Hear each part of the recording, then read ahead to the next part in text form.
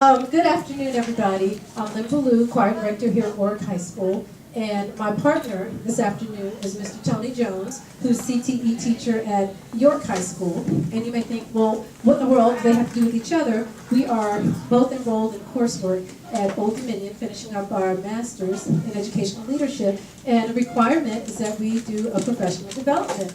But this is way more than a grade to us. The subject that we're going to talk about is very, very dear to my heart. It has to do with classroom management and discipline.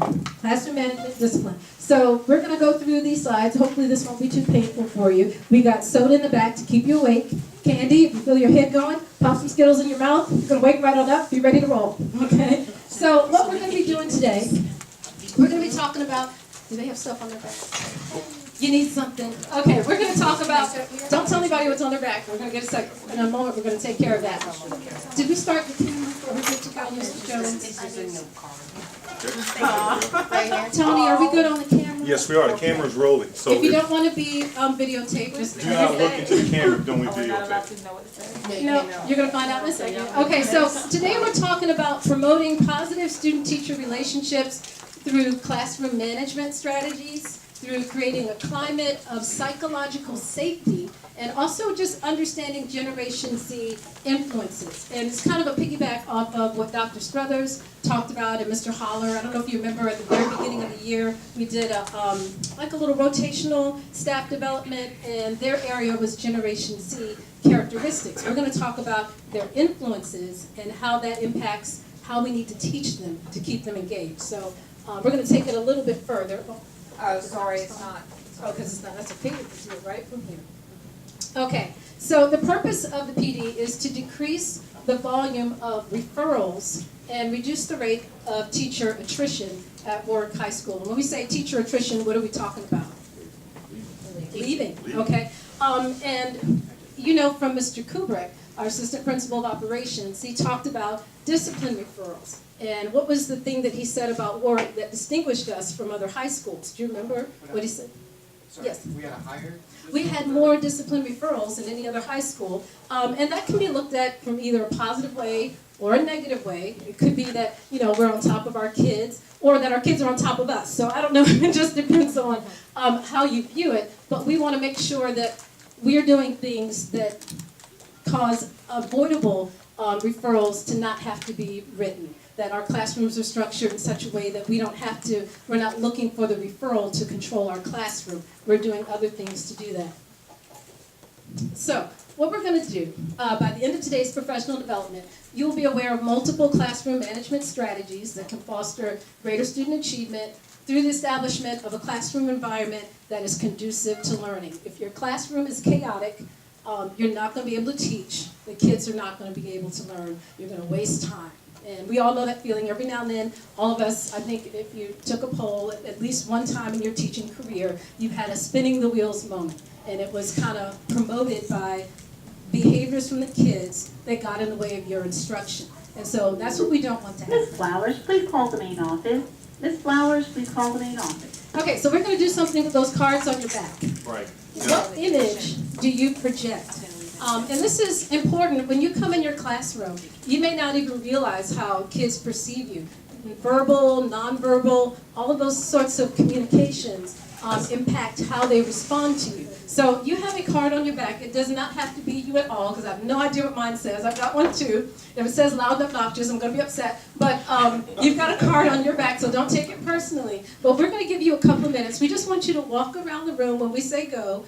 And look on the person's back, the first person you encounter, and talk to them, communicate with them the way their characteristic trait indicates. So we're going to see if you can figure out who you were just by how people responded to that image. Yes? Sorry, can I restate what you just said so I Yes. understand? So you're going to read their card, Right. and let's just say that their card says loud and obnoxious. Uh-huh. Then you are going to be loud and Correct. obnoxious. And they have to guess and they that. have to guess. Okay. And we're going to see if they can guess who they were. And I'm going to do the same thing because I have no idea what's on my back. So, and you don't know what's on yours. So we're going to give you 3 minutes. Oh, do you want to do 5 minutes? Let's do 5 minutes. So at 3:05. We got this time just right, so it'll go quick. If you need more sugar, there it is on the table, okay? Okay, 3:05. Go ahead and start. Try to interact with as many people as you can.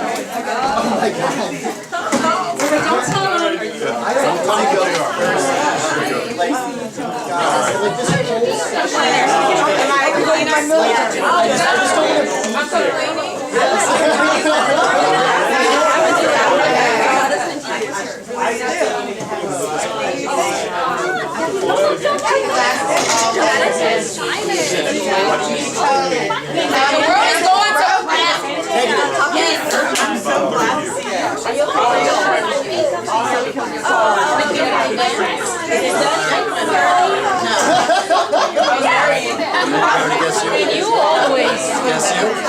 I know that sure about who you are and you will say. I'm always right. Oh, I know that. I know all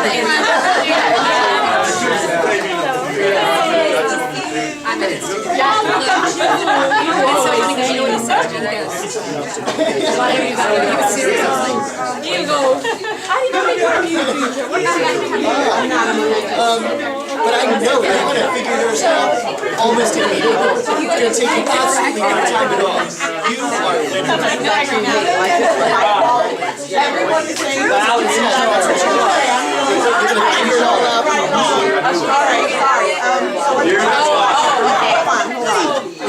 You are so bold. You just know what? Even if I fail, I don't have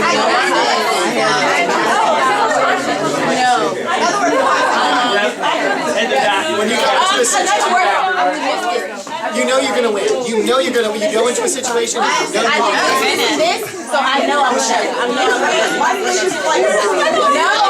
Okay, so can I tell you you figure it out? Yeah. Because they were all acting like me. And I was like, oh, No one, right? he's what? What is that? What's another word for adamant? Let me get my lip kiss out of your class. Okay. Curl my hair. No doubt.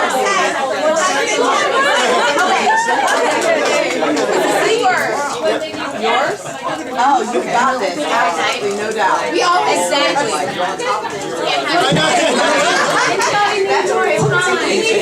They should. Oh my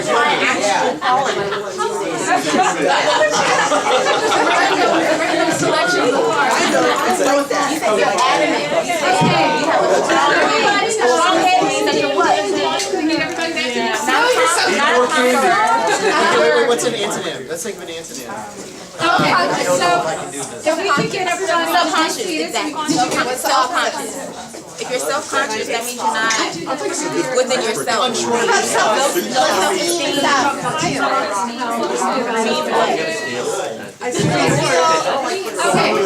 I told you you are true always about what you okay, can we have everybody's attention? We can do the, thank you. We can do a clap thing, echo out. Okay, so listen up everybody. Hopefully you were able to determine who you were, what the characteristic trait was that was on your back. Was there anybody who did not figure out what theirs was about according to how people treated you? Okay, so and we know that one person felt like hers actually matched. Anybody else felt like a fate gave you the person who you are? Oh, mine was empathetic because I feel like I'm empathetic. So maybe I feel like that kind of matches. So the purpose of this exercise is for us to be cognizant. For us to be cognizant of the fact that the image that we give our kids is going to greatly impact how they respond to us, how they relate to us. And sometimes if you come into the room, you've had a bad day, and things aren't going around the weekends. You know, teachers got to be great actors because you know your worst kids always show up. That's because they want discipline. They're never ever absent. We know that, right? They're there. So how you deal with that, how you look at how you deal with that situation. The other, you know, how many you get in class, the other eyes are on you to see how you're dealing with that, and then how you come in the classroom and your day, how you start off with your attitude is the way that classroom is usually going to go from there. I do consulting work. I teach MT1 course for those that CTE in here. You probably know that. It's algebra through physics and so forth. And it's a company called Canon around here. And I did a training. They pay pretty good well too. If you guys want a side job, I can help you out. But they got a little thing in the employee room over each person's locker. It has a green and a red little peg. And if you're not feeling well that day or something didn't go right, they put a red peg on it. As the employee does that, the supervisor has to go in there and see that. so they can, later on, they're supposed to contact you and talk to you, like, hey, what's going on, everything okay? Just to see how your mood is, and that way, you know, I can only give Joe 10 jobs here to do or something, I'm not on him right away, I'm gonna give him a little bit back, then come back later and find out. So, you don't know how the student's weekend went. A lot of times, we had a student last year whose father left him. Boy, that got really quiet, didn't it? Whose father left. I mean, got up and went to Oklahoma, left him in the apartment. That was it. And of course, he came to school and he wasn't, you know, feeling too great about that. And the teacher noticed that, guidance, and then saying we had to go in and, you know, get him in a situation where he could graduate. You just don't know what's going on. So you got to be able to, you know, put on a face. If you have a bad weekend, you got to come in there and we got to make it happen and make it room conducive for them to learn and trust us too in that matter. All right, so we want to look at teacher attrition data. In case you're not aware, as many as 3 out of 5 teachers leave the profession somewhere between the 1st and the 5th year on the job, which is a really high percentage. And it's worse, schools with higher free or reduced lunch programs, such as ours, have the greatest percentages of teacher turnover. Why is that a problem? How does that impact our kids? And more so on the stat on that, we're in a teacher shortage right now. The number of people going into this profession is going down. And you know, there's probably, you guys have been here long enough, you probably know why. And the stats right there says from 3 to 5 years, it used to be 7 years, now it's down to 3 to 5 years, whether or not you're gonna make this a career, whether or not you're gonna retire from this. I'm on my 2nd career. I taught at Newport Shipbuilding, physics and mathematics and so forth, and I caught a lot of students from the high school coming to me, and they weren't ready to go into a real production environment for a Fortune 500 company, and unfortunately, paying them $500 a week or $600, which is what they were making, wasn't enough to keep their job because they have certain rules and regulations the industry has, and if you violate them, they cut you loose right away, and we did that a lot, even though it cost us $30,000 per student to come in there. So that's a problem. That's a big So problem. how does the teacher attrition affect the kids? How does it negatively impact our kids? Yes? There's no consistency. There's no consistency. And what does that say about experience?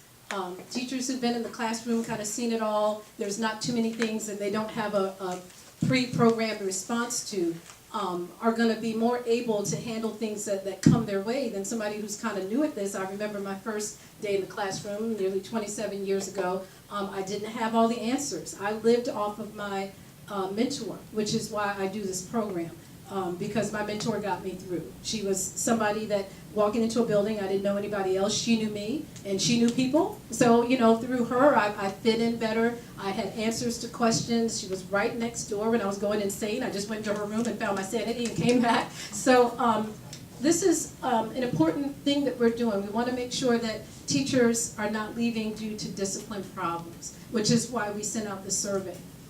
Okay, so moving on. One more stat. Anybody? Oh, there's a stat. There it is. Have any idea what the nutrition rate here is? Well, there it is. 25%. That's pretty high. It's hanging around the Turnover, 25% rate. So in 2016 and 2017, we had 24 new teachers hired because of positions that were left vacant. Some of these were teachers that moved into other schools or moved, and some of them, you know, might have left the profession altogether. We had 21. We dipped down a little bit last year, and then this year we kind of went back up a bit. Okay, so that's pretty high. I asked Tony, what is yours at York? Ours is about, I want to say, this year was the highest since I've been there going 5 years. We had 10 teachers turnover this year. Before that, it was 2 and 3. And, you know, so I think we're probably around 6-7%. Are you guys a free and reduced lunch school? No, we're not. Okay. And do you see the difference in free and reduced lunch? The attrition rate is much higher. Okay, and it just kind of comes with the program.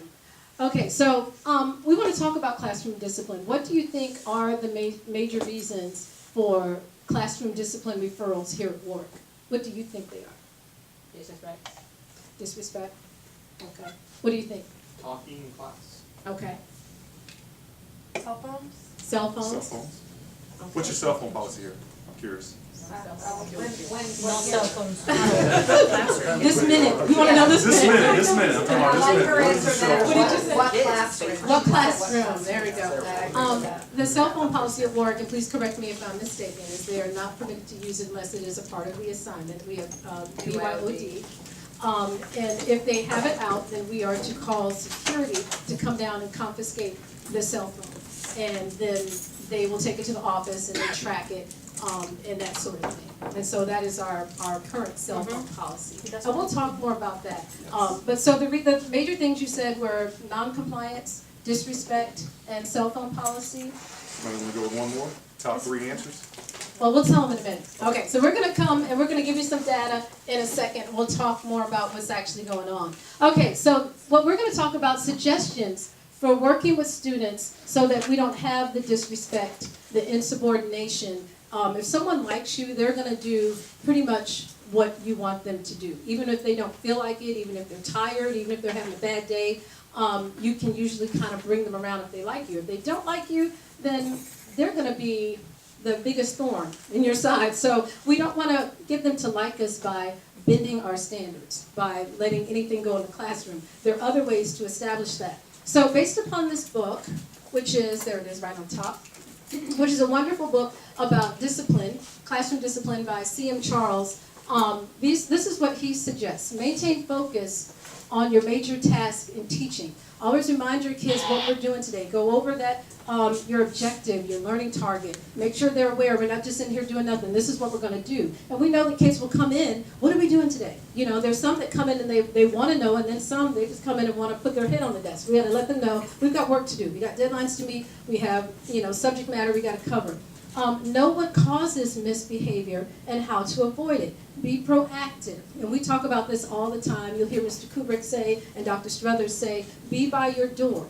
Check the hallways. We know that if nobody's watching the halls, that's going to cause misbehavior because they're being unmonitored. So we want to think about those things.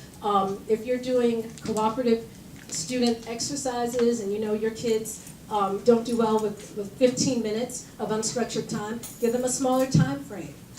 Chunk it out. Check it out. Chunk the Chunk it time out. frame out. And then also your objectives for the classroom should be up somewhere so the students can come in and see it and get to work. We have So to they do a ask- BBC here at work, the Blackboard configuration. Understand your students' needs and how to meet them. If they come in and they don't have paper and pencil, you don't have to write somebody up for that. Okay, keep some in your room. That's an avoidable referral. Don't write them up for not doing work and then you won't give them something to help them. Yes, they should come prepared. There's nothing wrong with saying, you really should have this, but I've got it for you today. But get them started. Don't let that be a reason why they're not engaged in what you're doing. Don't try to coerce students, and we'll talk more about that with Generation Z. But they don't do well with you better sort of thing. You have to create an environment that gives them choices that make them want to choose the right thing because the consequences are not worth. And it doesn't have to be, consequences that are always so strict and rigorous. You can set up things like, well, we're all not going to do this because this table is talking. You're creating a psychological environment where, that your kids are going to help you. They're going to help you to convince them to do the right thing. Confer dignity on your students. Don't talk down to them. They are people. The minute you start talking down to them, disrespecting them, they're going to come back at you with the same thing, that image that we were talking about reflecting. Teach and relate to students in a charismatic way. Be humorous.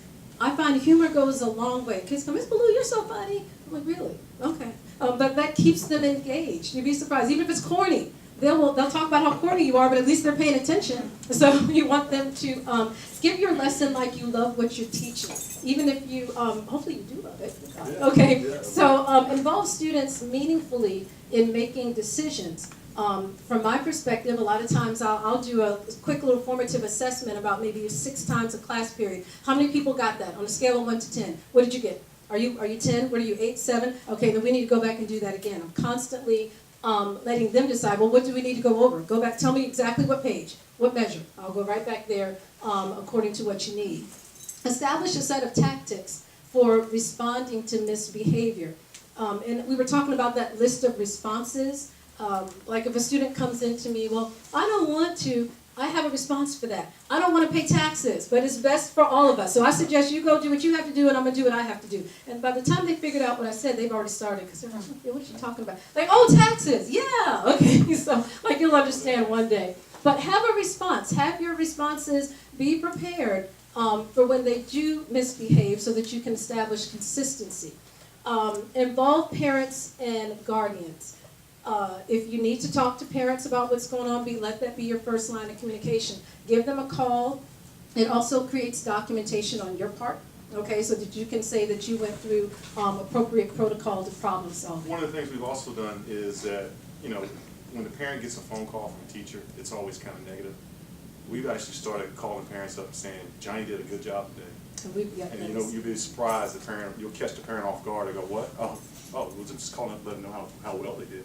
So they can see they're doing well in class. And that might help with the discipline issues on some of the students that you have issues before. They're going to have a good day. They got to have a good day out of the 180. One's got to be there. So that's the day you want to call it up and let the parent know, hey, they did good today. Let's try to string this out with a few more.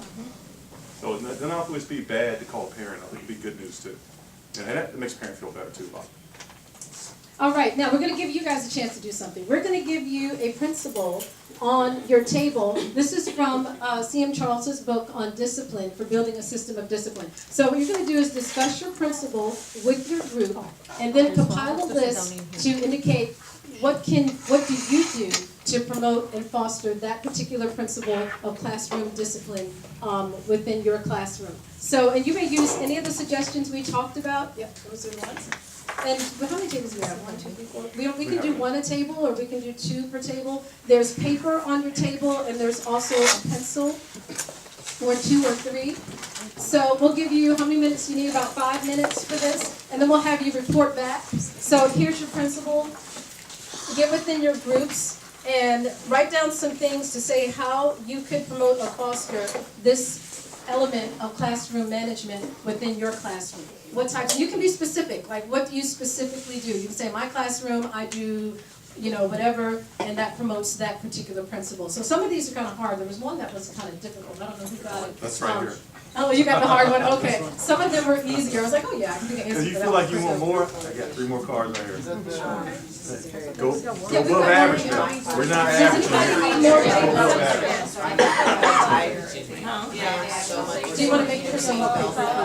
You're welcome. Does anybody need more paper? You can try to make your own list and then kind of put it together. Anybody need more paper?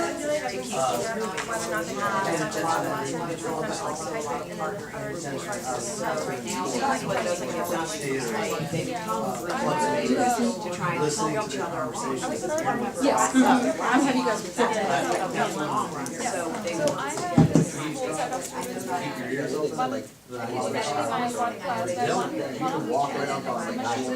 Oh, yeah. Sometimes you don't want to hear it, but. Oh my God, super genius. I wish I could have like a poetry like that. And then I have to, In the special class, I mean, I don't have I bet you probably saw it there, and she wants to realize so she's ahead of me. And then again, you guys, I'm my best to teach them. Right.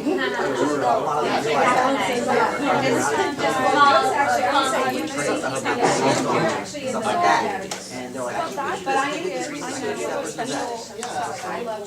So I love you. you've got to be responsible for it. Like, that's something you also, for me, I had to learn in college, where like, Things that would actually help you. So, and I have the empathy. stuff like that, where then you have to do everything. And my teacher even asked me to do big, I mean, I know there's a keyboard on yeah. your phone. So what happens? Yeah, they learn a little bit about like personal responsibility and also how others think art is responsible. Yeah, that's kind of hard in Spanish to do Right. the different materials. Because you use in your classroom. Yeah. And for biology, I have to do the same thing, almost like today. For example, 2 of my girls, they had passed the quiz, like 100, and they were like, I said, okay, move on to the next chapter. Gave them the previous assignment that I had lesson plan for, and kept it moving. Sometimes that is work for me. Because it was so much work, I knew they weren't going to be able to finish it next class, so I just let them Something start that early. is work, like like I think that they understand, but I gotta even though it's Spanish Street, I got a higher level in, like for my homeroom, they are higher than everyone else. I don't know if it's because I spend more time with them, but I, like for them, if I go -5 in grading, I do -3 in other, like 11s. Just to know hard them, And speaking of why you feel like your homeroom is better, I feel like all of my classes at the beginning of the day are a lot better than the classes I have at the end. Yes, and especially even with me and like the testing and everything, I feel like my classes at the beginning